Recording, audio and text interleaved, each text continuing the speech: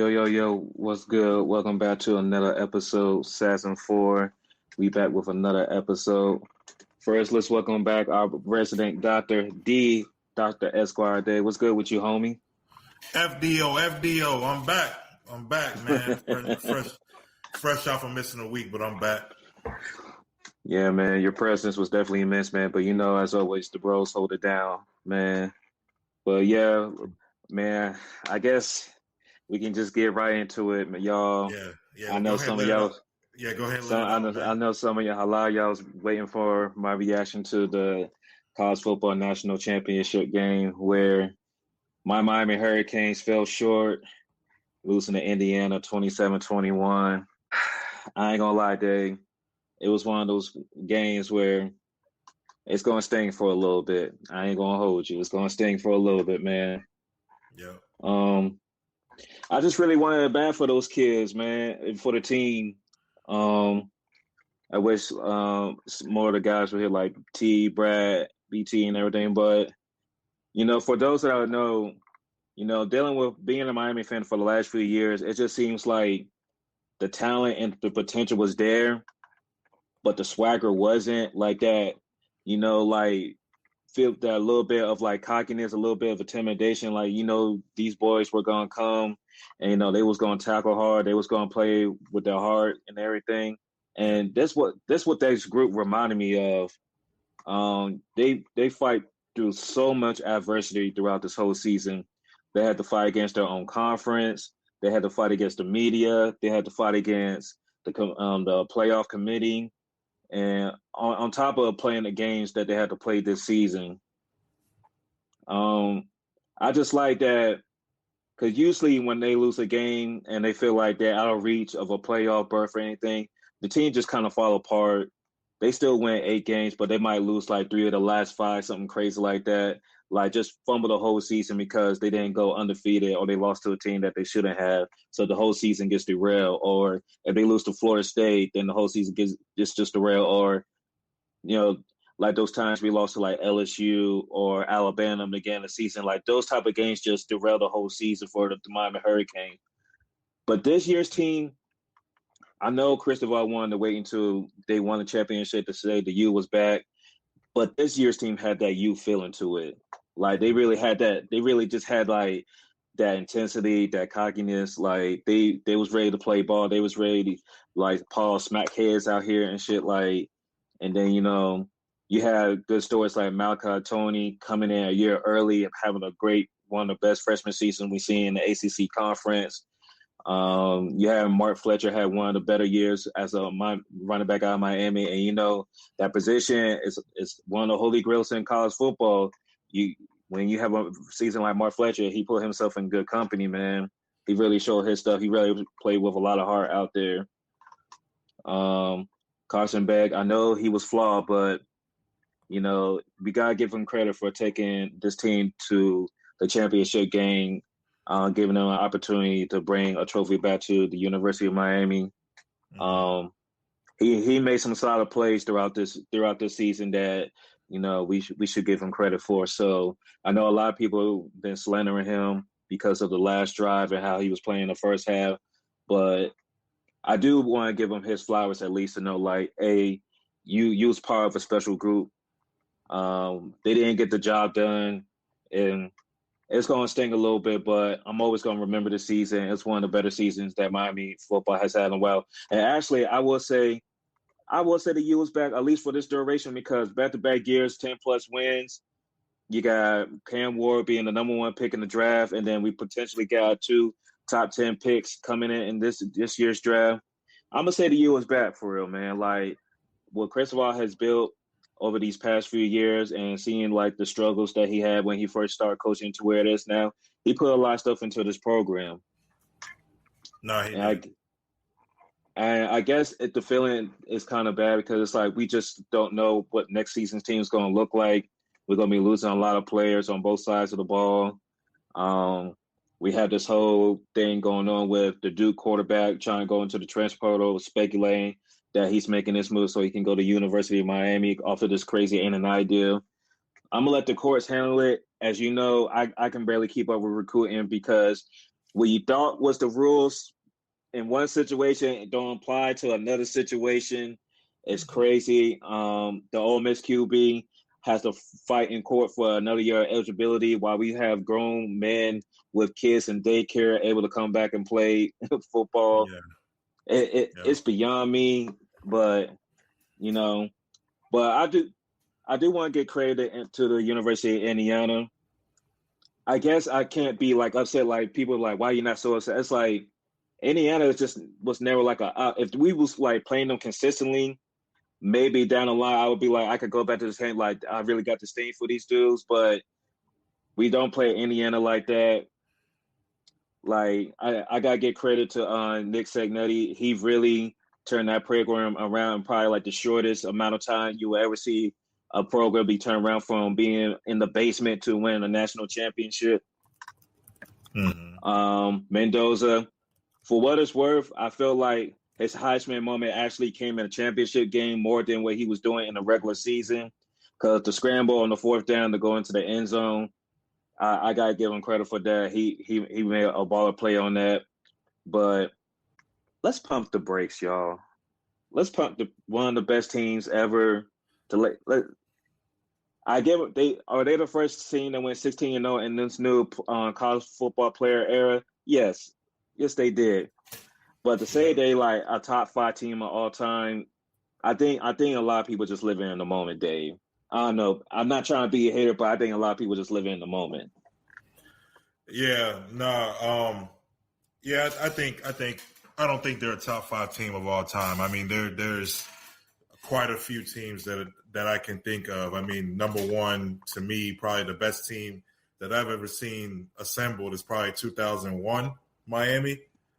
You know, when it was Andre Johnson, Ed Reed, Kellen Winslow Jr., Sean Taylor, Clint Portis, I think was on that team, or McGahee. Well, yeah, or one of those running backs. Yeah, yep. Frank Gore, Entre Roll, Jonathan Vilma, all those guys. So like you have that 2019 LSU. You have one of the USC teams with Matt Leinart and Reggie Bush.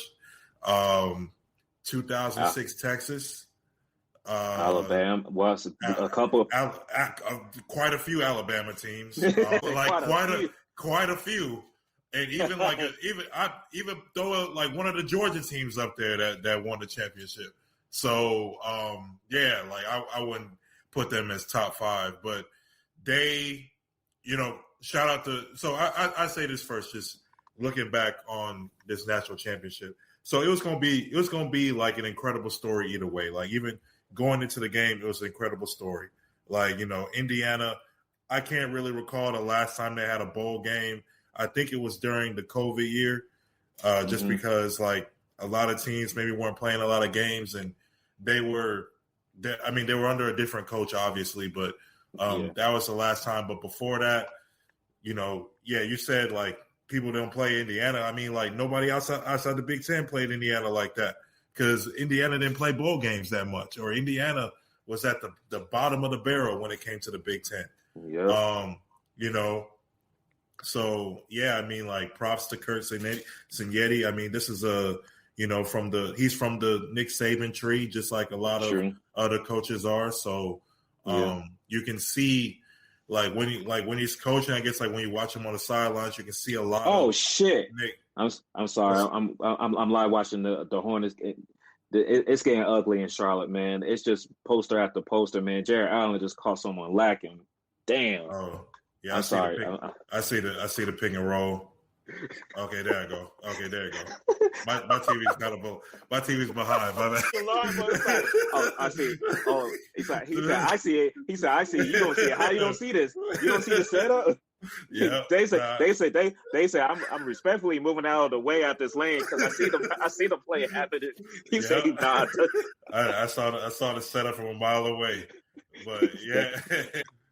yeah. But it was gonna be a good story either way. I mean, I think like you said, I think the U was back just because of what they were able to accomplish this season. Really, like, yeah, I mean, the 2 losses they had, I mean, like, You know, But then I called those trap games, didn't I? The one against Louisville and SMU.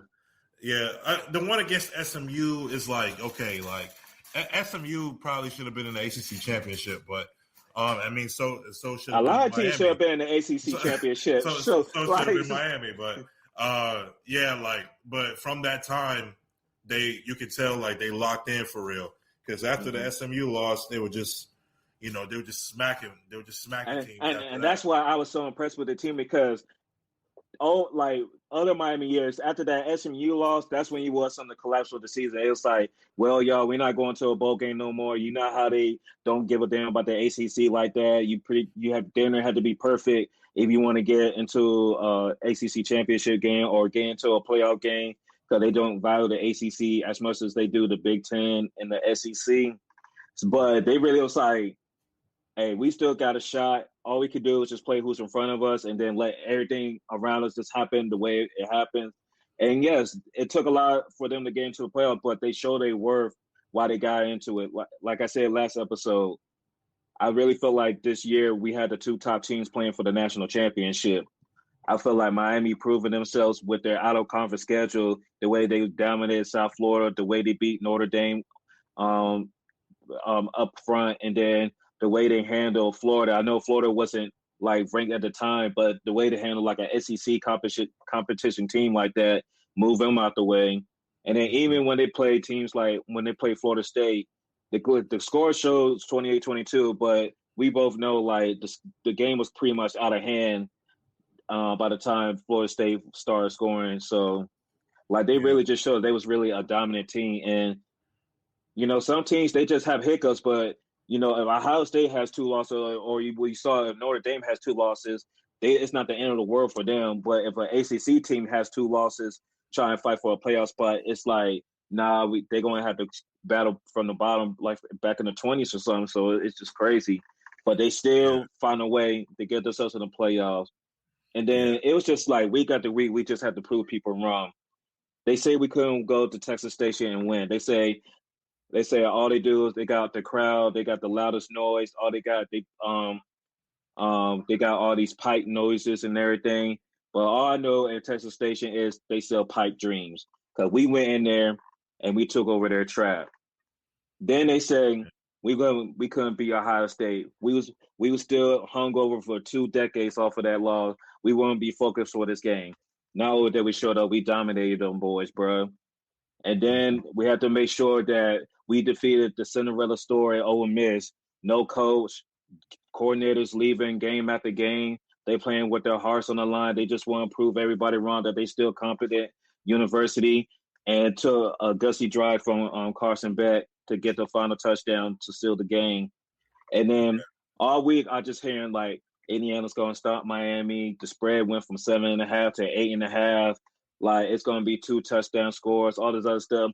And I told people, we was going to keep that joint close, man. Like, if the Ohio State game showed me anything, we both play Ohio State. It was 13-10 for them, and we smacked Ohio State. I was like, we both got people in the trenches that's going to dictate how this game is going to go. So we're not going to be no pushovers like they did Alabama and what they did to Oregon. So I just like how they stepped up. And people can't say a lot, but honestly, the game came down to the block punt and us missing the field goal. That's literally a 10-point swing. I know people were frustrated with some of the calls and everything. I'm not trying to get to that point. I'm not trying to get that paid. But I promise you, I'm on BS time for the time being, Dave. I'm on BS. Like, go ahead and have it, man. Go ahead. Because the way I feel when we get to different topics, I'm just gonna come way negative because I'm just pissed off. So my energy is gonna be negative for a lot of things going forward for probably like the next couple of months. I ain't gonna lie to you, bro. I promised this New Year's that I was gonna come in on BS on this pod, bro. I told you, like, I was on BS last week, bro. I was picking everybody didn't want to win, dog. Yeah, I wanted the Bills to win, man. I told them. You see, look at y'all. Y'all had y'all faith in Josh. Y'all talk all smack about Josh Allen. And then y'all saving. I don't talk smack about Josh Allen, because I actually like Josh Allen. I like Josh Allen. Josh Allen's one of my favorite. He's one of my favorite quarterbacks, but he did fail. He did fail me last week. Don't worry, CJ Stroud failed me too, son. He failed me too. He failed me too. What's his name? 49ers just got smacked. God. Oh, I ain't care about none of that. I ain't care about that game at all. I actually found myself rooting for Chicago. Actually, I picked Chicago too. I picked Chicago last week. I just found I was like the Rams DB's gonna be slaw, and they almost had it. They almost did, but we found out K. Williams not Jaden Daniels. That's all. Yeah, but before we get to the NFL though, I'll say this about college football, about the game and how this just my recap of the national championship. So I mean, like you say, there was a 10-point swing. I mean, you're a drive away from possibly winning the game. I mean, but we can't blame it all on that one drive. There was like kind of a slow start to the game. A little bit. Our offense was trash. I really feel like if we even just got 3 to 7 points in the first half, that would have changed the game. Yeah. We was just coming from behind, and it was good that offense found its flow in the second half, but it was just too late. And then a play like a block punt and a missed field, that's what comes back and bites you. Because that second half they ain't have no answer for Mark Fletcher or Malachi. No answer for him. But also I think it was Surratt or Becker. They were making for Indiana. They were making some crazy catches. They were making some crazy, but like back shoulder type catches. Man, I swear, on third and fourth down too. I swear, Indiana is that dude that you play on the sticks, and they span the same play throughout the whole drive. That back shoulder pass was literally the span. That and RPO, bro. I mean, it worked, but damn, man, it's like they just spamming the same play, son. That shit was crazy. But it just came down the difference was I don't think Indiana, or at least like Fernando Mendoza, he didn't turn the ball over. He had no turnovers, which is key. And then the block punt and then the interception at the end, ended up being the difference. And they had timely converts on third and fourth down. Like our defense, they did their best they could, but towards the end, like that last touchdown drive, it was just they was converting on third and 7, 3rd and 5, 4th and 4, 4th and 5. Like it was we could have gotten them off the field plenty of times. We just didn't execute. And so it was like I said, sometimes you just need your offense to step up because your defense can't stop everything. Yeah, and Miami back though, man. Miami's back, and obviously they'll need to capitalize on momentum this year. I'm not going to say they're not back. I mean, you look, they won the Cotton Bowl and they won the Fiesta Bowl. They got to the national championship game. I forgot and also beating Texas A&M before even doing those things, and was clearly the best team in the ACC. So I'm not going to say that they're not back. So depending on how recruiting goes and depending on how this Mensa situation is, we'll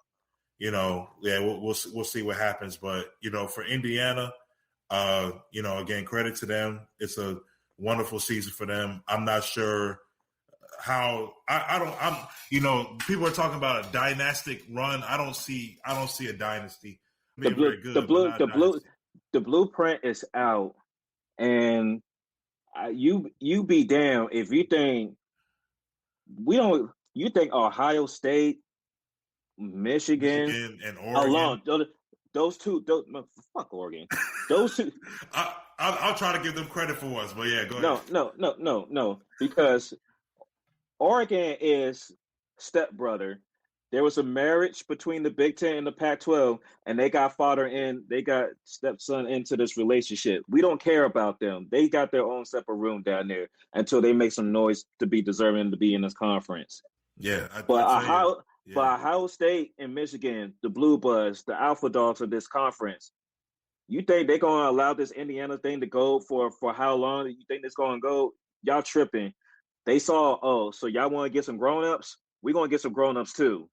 And we still going to recruit the top-tier high school kids coming out of high school. So I feel like Indiana got momentum. I'm not saying this is going to be like their last year of being good or anything like that, but people thinking this is about to be like a 10-year stretch of like Indiana dominating the Big Ten. I'd be surprised if you don't think Ohio State and Michigan are going to step in and be like, oh, y'all got us out there. We got Big Ten money too. We got alumni too over here. So, I agree because that's what I'm thinking. That's what I'm thinking about. I mean, Ohio State and Michigan not going to sit idle around this, and don't let teams like USC get better as well. So, just gotta see how we're just going to see how the transfer portal thing going to go. Yeah, we're gonna have to see how NIL and the transfer portal works out. But with Indiana, enjoy the championship. The state of Indiana enjoy this because y'all made a lot of sacrifices for this championship. Y'all sacrificed. Y'all really did. Y'all sacrificed Jim Irsay, the WNBA champ, and then that led to sacrificing Tyrese Halliburton, and then y'all sacrificed Caitlin Clark, and then y'all sacrificed Daniel Jones, y'all low key sacrificed and Sauce Gardner, and y'all sacrificed Phillip Rivers low key, made him come off the couch for just a few games. That was disgusting. That was disgusting. All for an Indiana IU championship, football championship. So that's nasty. That's nasty. That's crazy. That is crazy. But hey, look, whatever you got to do, whatever you got to do. I'm not mad at it because I'm glad that all those things worked out for their favor. At least worked out for me. I ain't. Fuck them. That's that bullshit. No, I mean, well, yeah, my bad. But as I can't tell you how to feel. I'm just emotional right now, man. I'm emotional, man. No, I feel you. It's just, I didn't want Tyrese Halliburton winning no championship. At least not this year. Tensions is rising. Not this year. Not this year. You can come back. You can come back and do all the winning you want, but not. I need an OKC to get that one. But before we get off the college football topic, we talked about we just mentioned a particular team, and I wanted, and just because it's been a couple weeks since they got their ass whooped, that don't mean the slander is not fresh. So, Dan Lannon, you be doing all this hooping and hollering, all this, huffing, puffing, and blowing people's house down type big bad wolf shit, and your ass get smacked back to back years in the college football playoff. What that trophy case looking like? You got more jersey combinations than hardware in that trophy case. Come on, man. Hey, I bet every time you go on College Game Day, Nick Saban be looking at you like a disappointed stepchild, like Dre just said y'all are to the Big Ten. I bet Nick Saban be looking at your ass like, who's this nigga? Who's this? I ain't raised. Hey, this ain't the son of a bitch that I raised. This ain't the guy from my coaching tree. Like, come on, man. Hey, look. You can't, bro, Dan Lannon, you can't be doing all this rooted in substance type bullshit, and then when you get your ass whooped, you start being like,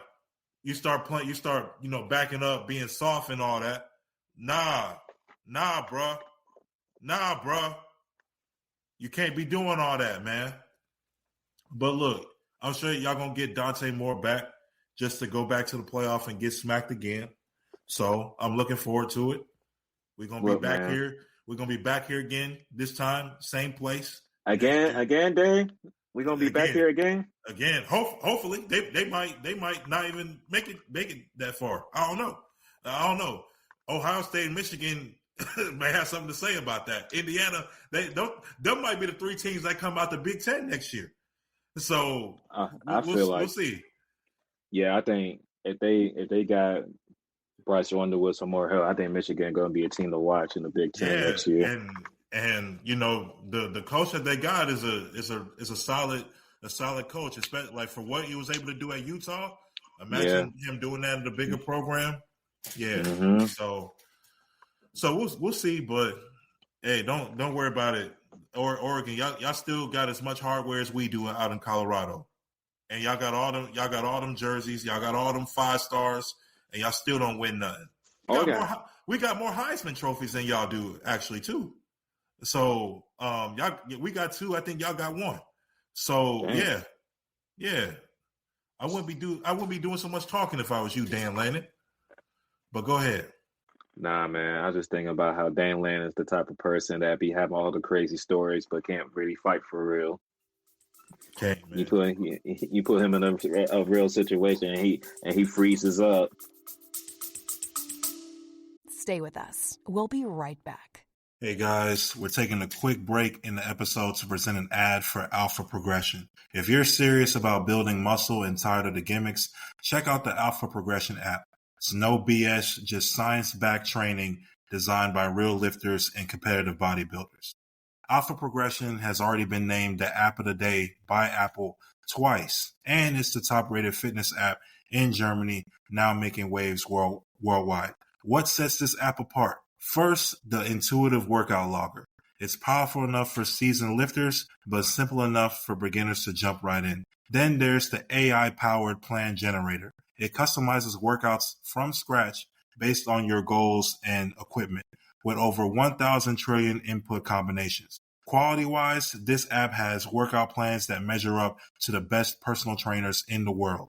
And it doesn't stop there. Their progression algorithm gives you exact weight and rep suggestions based on your performance, so you're always improving and never plateauing. And right now, we got a special deal for you guys. For you all as Assassin4 podcast listeners, get 20% off your first payment using this following link, alphaprogression.com/Savsin4. That's alphaprogression.com/Savsin4. SAVSIN4. Train smarter, grow stronger. Download the Alpha Progression app today. Hey, what's that shit that Jalen Rose said one time? Water Pistol Pete Jr. That's Dan Lannon. That's Dan Lannon. That's Dan Lannon right there. To a T. But yeah, it is what it is, man. Shout out to my Canes, man. Hopefully things resolve themselves. But look, I'm a type of person, I can't keep track of this recruiting thing. Look, whoever's on that field come late August, early September, that's the team I'm rocking with. Let's get over this. Cause I think it's emotional too, because this happened on our own field. Like, this happened in the city. So it's kind of like a ugly feeling that having somebody else colors confetti drop on your field and everything. Yeah. But also, if the rumors are true, what Tucker said to Fletcher, I'm glad Fletcher punched his bitch ass, man. Fuck him. If the rumors are true. If not, what did he say? So for those that don't know, Mark Fletcher Jr., his dad passed away like last year. And he still played the game. So apparently the rumor is that bitch ass nigga Tucker said something about his dad, and that's what like sparked that boy Mark Fletcher giving him that. Yeah. So if that's true, then look, man. That's if not, then I respectfully I take it back once we get more information. But if the rumors are true, that's some sucker shit. I'm gonna keep an eye on you if you make it to the league. Cause sometimes y'all 3 stars, y'all think since y'all beat some 18, 19-year-olds, y'all gonna be making it in the league. All right. But fuck it, let's get off this, man. We already kind of went through the divisional round matchups and everything. So let's championship Sunday, man. We got the Broncos versus the Patriots, Seattle versus the Rams. Unfortunately for the Broncos, well, I guess we might. I don't know how everybody else feels. Yeah. I don't speak ill on injury on nobody, but I would say, unfortunately, Bo Nix won't be able to play in the AFC Championship game. He suffered a season-ending ankle injury. But people are still trying to speculate when it happened, and because they say it was one of the last few plays in the overtime win against the Buffalo Bills. But for some people are still feeling confident with Jarrett Stidham as the backup quarterback coming in, replacing Bo Nix. But going against MVP potential candidate Drake May, and how the Patriots dismantled the Texans. Drake May's been having a good season. The defense was playing well. It just seems like a mismatch now that the Broncos don't have their starting quarterback, or do you give them a chance in this game? I give the Broncos a chance to win just because of their defense, and they're going to have to rely on it very heavily. They're going to have to rely a lot on R.J. Harvey in the running game too. Mm-hmm. But when you got guys like Patrick Surtain and Benito and the front seven that they have, it's hard to to not give them a puncher's chance. And I don't have any faith in Jarrett Stidham. I don't think he's going to really do much. He hasn't thrown a pass, I think, since in 3 years, I don't think, or like in an NFL game. I mean, not that really means anything. I mean, he practices every day. So, but when I look at the matchups, I mean, because Drake May, I don't give Denver's offense much of a chance because of the Patriots defense as well. And then, it's two really good defenses. And then, you got the Patriots offense, which we've seen, and with the Broncos, we've seen teams put points up on them before. So I'm not going to put it past New England to be able to not put points up against them. So I am giving the leverage and the advantage to the Patriots just because, one, they have the better quarterback, obviously. I think they have the better coach. I think they're going to be, well coached. I think Mike Vrabel is going to outcoach Sean Payton.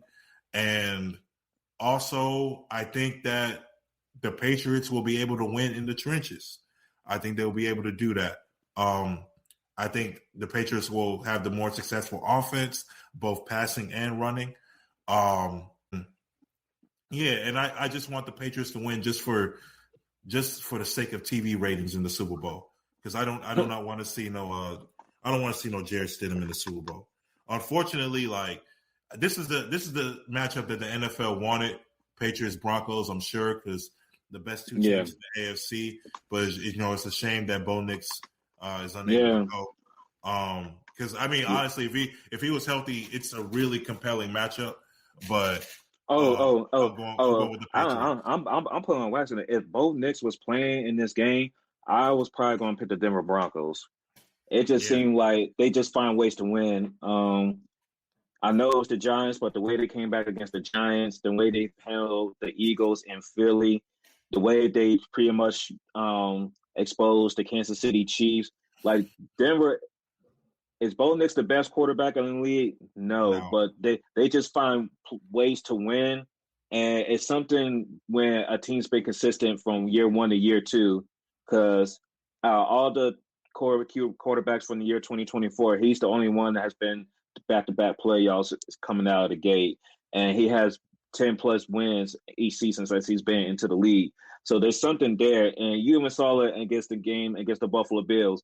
He was making plays down the stretch, giving his team a chance to win. And he was clutch going down the field and getting that touchdown before the Bills eventually came back and tied it up before the winning the overtime. And then eventually Broncos went and won the game.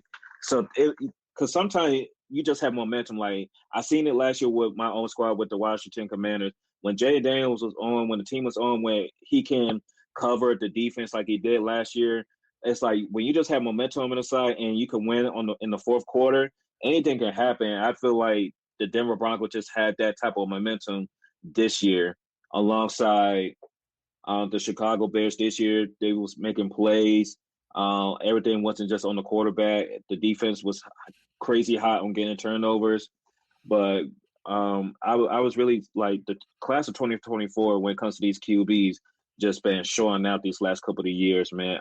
Outside of a couple, jury's still out on Penix and McCarthy. I think I already know how this gen going to go for them, but I give everybody a chance. But getting back to actual people that's actually playing good football. Ain't no jury out on JJ McCarthy. That nigga suck. Straight up. Straight up. Ain't no jury out. The verdict is in. The verdict is in. The verdict is in. Like, I'll just say it. But I just think it's still going to be a close game. But I think the Patriots going to maybe have one or two explosive plays that's going to be enough to defeat Denver. Because I feel like if Denver's offense is not putting punch on the board, eventually that defense gets worn down, and then I just see the Patriots going to the Super Bowl. But with another intriguing matchup, the NFC West Invitational playoffs on the NFC side has come down to the Seattle Seahawks versus the Los Angeles Rams. Mm-hmm. These two teams, they've been going at it this year, man. We got the potential MVP and Matthew Stafford with Devontae and Puka and the Rams defense. Well, front seven, that DB core be sus. Versus Seattle, Sam Darnold trying to take this team to the Super Bowl, try to prove some doubters wrong. You got a good DB core in Seattle, kind of like how it was back in the day with the Legion of Boom. Solid defense. Matt McDonald trying to go to his first Super Bowl as a head coach. There's a lot of storylines going into this game, Dave, just like in the AFC. But yeah, who you got in this game, man? Yeah, I'm glad this is the second game of the day because this is probably will be the best game of the day. Man, it's a toss up to be honest with you, but Sam Darnold, I know he beat them the last time they played. I know it was a crazy wild game. And at one point in that game they were down I think 16. They were able to, come back and send it to overtime. But the Rams are kind of his kryptonite a little bit, because keep in mind, this is the team. The Rams are the team that took him out the playoffs last year, in the wild card round. And we saw how he looked against them in LA. The first game. Granted, this game will be in Seattle. Seattle's a very tough place to play, especially, for the NFC Championship. Yeah. Man, it's really a toss-up. You can go either way, but I'm gonna pick the Rams by a slight margin, by a field goal or even less than that. I just think, Matthew Stafford is going to come down to him. It's going to come down to him being able to make a play on the final drive. And I think, when you have guys like Puka Nacua and Devontae Adams, guys that, especially Devontae Adams, who's been around for, I think, over 10 years and didn't get to that mountaintop with Green Bay and has a chance to do it with the Rams. I think, he's going to try to seize the opportunity. And yeah, granted, Seattle has a really good defense. Yeah. They have a really good defense. I think it's going to be one of those, I think it's going to be one of those 21-17s, 20, it's going to be moderate scoring. It's not going to be in the 30s like it was last time. But I do think JSN is going to get off on the Rams defense, though. He will. He will. It don't matter who the matchup is. It don't matter who's covering. He's gonna get off. But I honestly can't really say the same for the Rams. I mean, because I've seen Devontae not produce as much as I thought he would during this postseason. And Seattle has some good corner. I mean, they have some good players.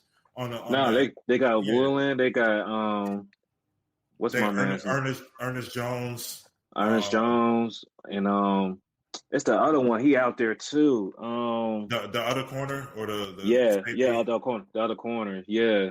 Yeah, I forgot his name. I forgot. Dang. Because Woolen gave my little nephew some gloves and stuff like that. He's solid for real. Tyreek Woolen, but because he was another tough DB, but Seattle defense style. They still got Leonard Williams on the D line. He be out there making plays and shit. So yeah. I think at this point, it's funny. I think the football world probably wants to see New England versus the Rams because you got the two like MVP candidates Yeah. going playing against each other. I don't think Seattle would be a bad match either. Yeah. I'm a pick Seattle because the Rams have been playing with fire for the past 2 weeks in these playoffs.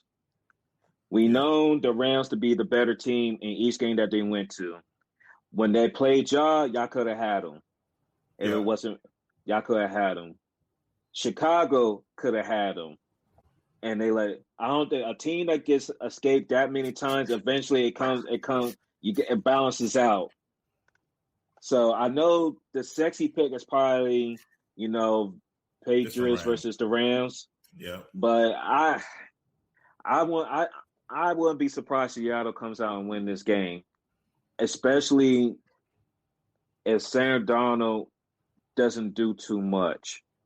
Like if Bryce Young can see that the DBs are slow, if Caleb Williams can see that the DBs are slow, you better pray you're not the only one to let this DB have a good day on you, Sam Darnold. I'm just telling you the truth.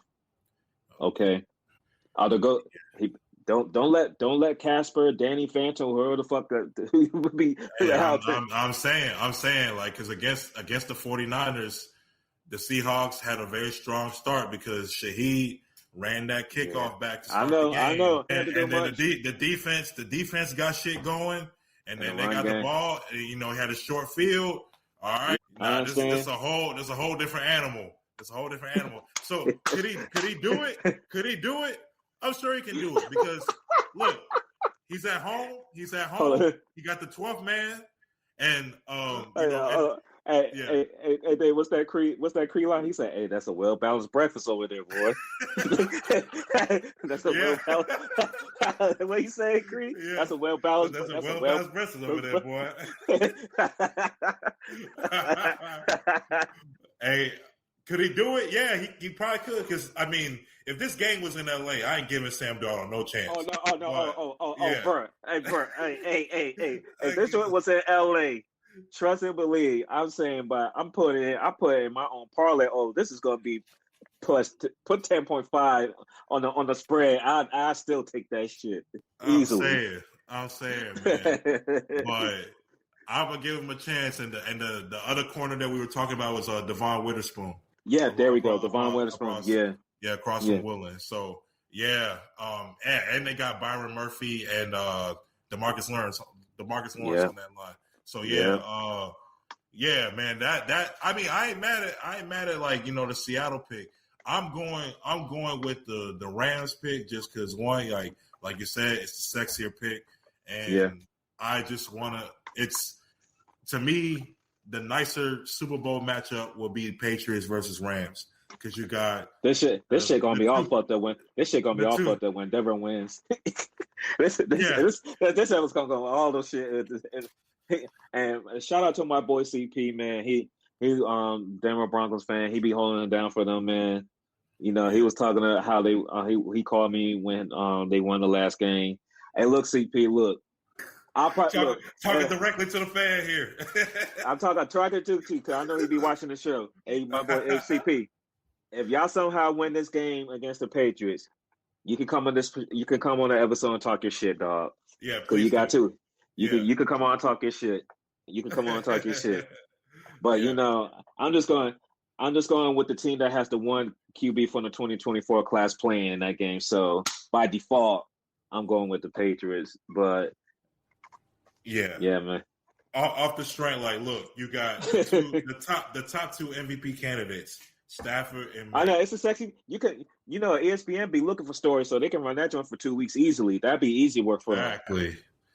They don't want the Seattle Denver game. No Drake, no Matthew Stafford, Sam Darnold, and Jarrett Stidham. They don't want that. Yeah, man, Sam Darnold versus Jarrett Stidham, man. Hell no. Hell no. Hey, look, no. They're gonna have to sell it on Pat Surtain to the second. That's the draw. Pat Surtain the second.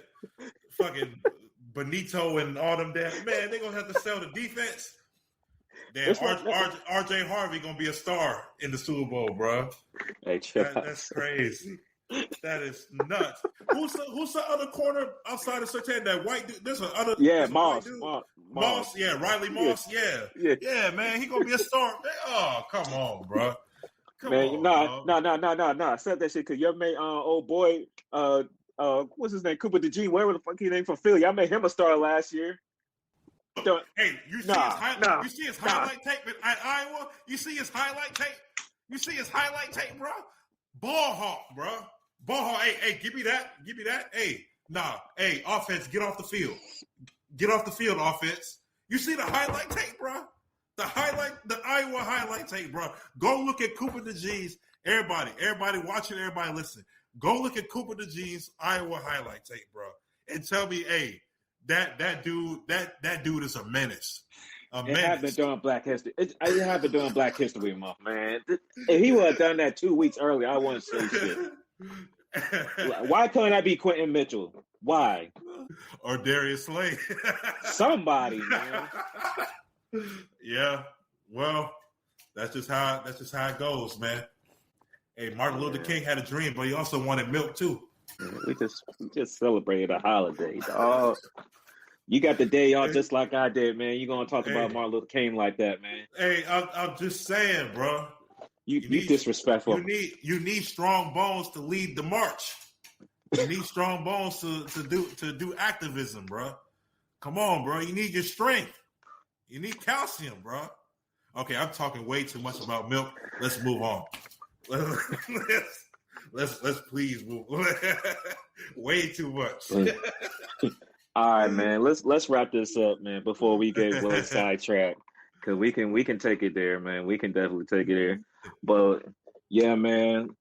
That's a wrap for the college football season. We're gonna keep our eye out on the whole transfer portal situation with Mensa, Duke, and Miami.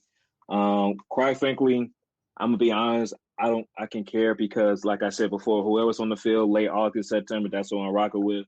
If you there, cool. If you're not, same thing with my Terps. Whoever's there in late August, September, we there. If you're not, it is what it is.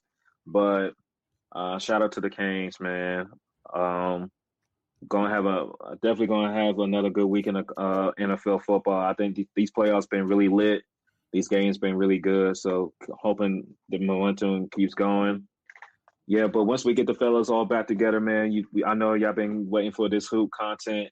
We getting closer to the All-Star weekend. I know we're dealing with news like Jimmy Butler being out for the rest of the season with an ACL tear. So how's that going to affect the Warriors at the trade deadline or going forward during this season? And yeah, man, a lot of good hooping going on. The Stains definitely building in the league.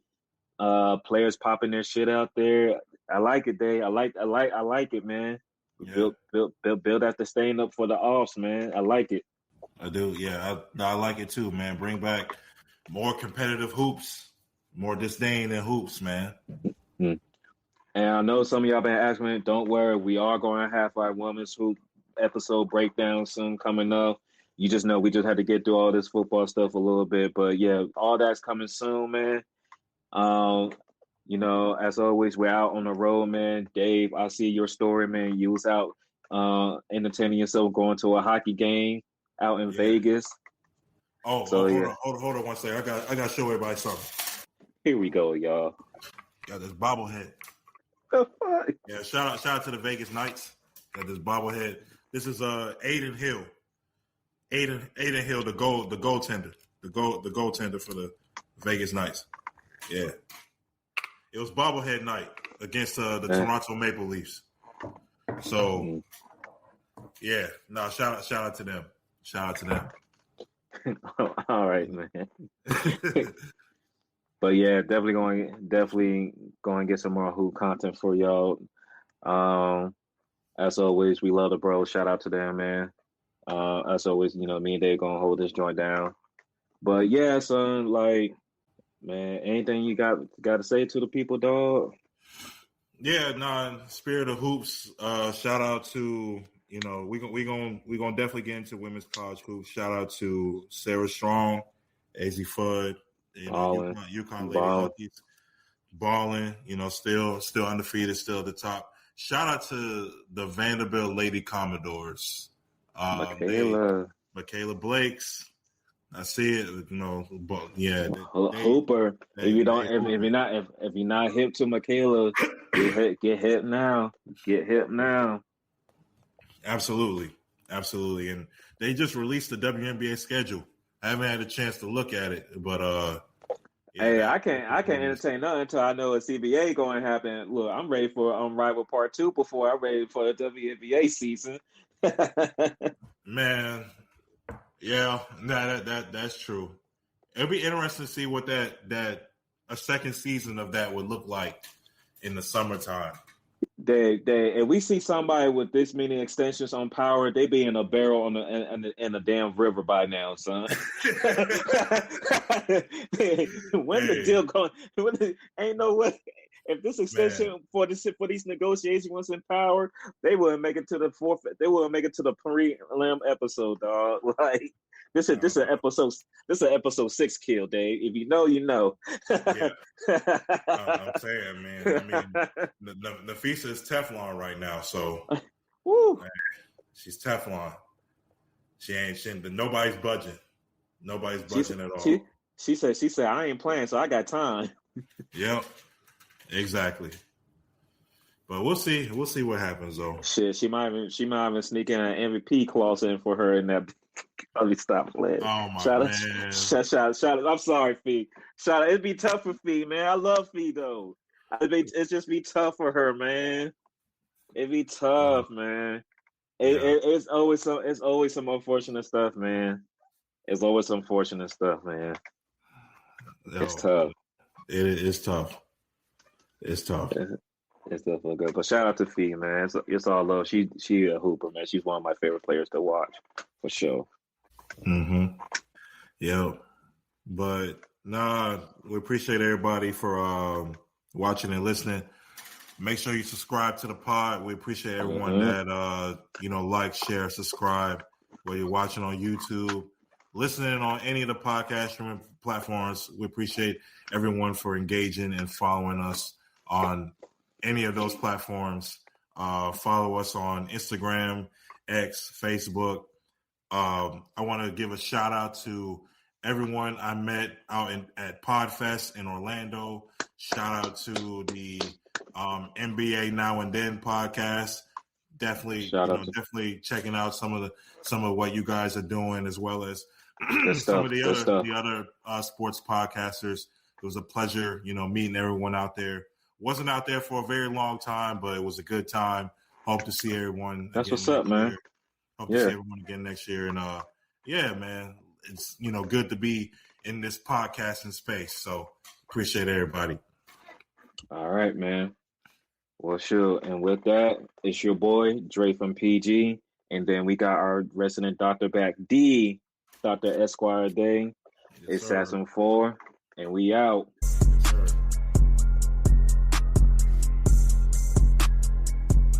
Always gonna be love for the U, baby.